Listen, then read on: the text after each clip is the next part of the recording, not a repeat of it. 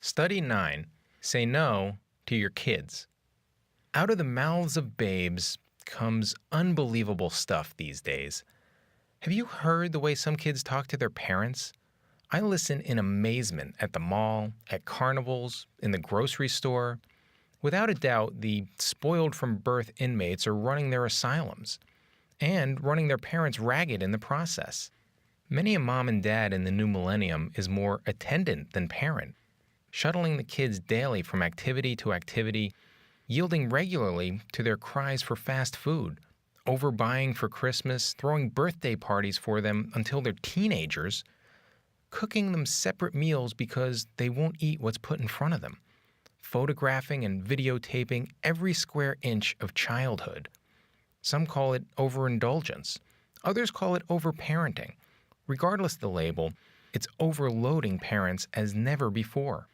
The cause of parental overload goes beyond doing too much for our kids, though. Many contemporary parents also require too little of their kids. It now seems to be the exceptional child who helps out around the house without being told.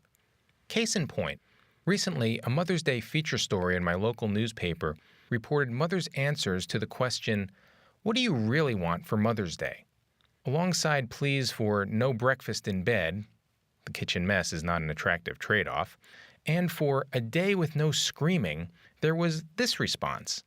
"I'm always having to pick up after my entire family, so it would be really nice if for one day they would pick up after themselves. I think my house would be spotless if they did, if they would just clean up their spaces for an entire day." Can you imagine mothers from generations past saying such things? They wouldn't, because parents simply expected their kids to contribute rather than fanning them and feeding them grapes. It's been a cultural norm since Adam and Eve. What's the solution? Well, how about some biblical wisdom that's just as useful today as it was 3,000 years ago? Proverbs 29:21 says, "If a man pampers his servant from youth, he will bring grief in the end."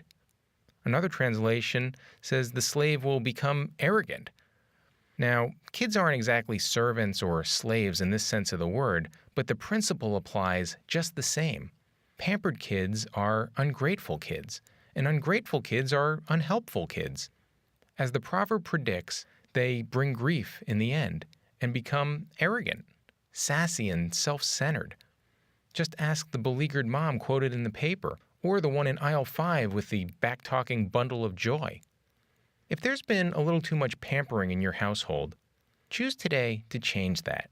You're the parent. You're in charge. Find a way to strike a more appropriate balance between your kids' rights and responsibilities.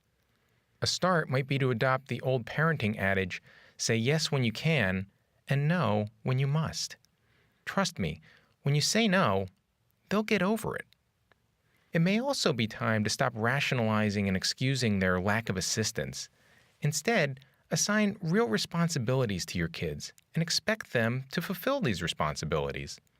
Hold them accountable to help out. Successful household management, as well as successful parenting, avoids pampering and requires kids to carry their share of the load.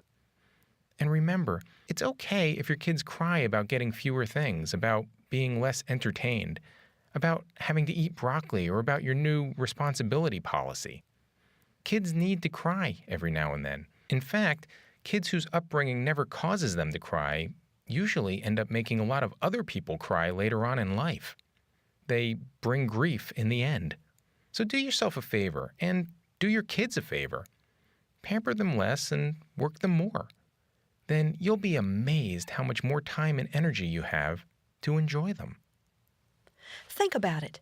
Is your household more kid-centered or more parent-centered?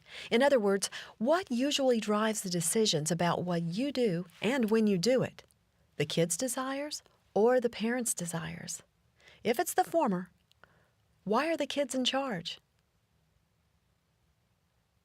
For group discussion, consider the parenting guidance, say yes when you can, and no when you must. It's easy to go too far in one direction or the other, especially when making adjustments to your parenting style.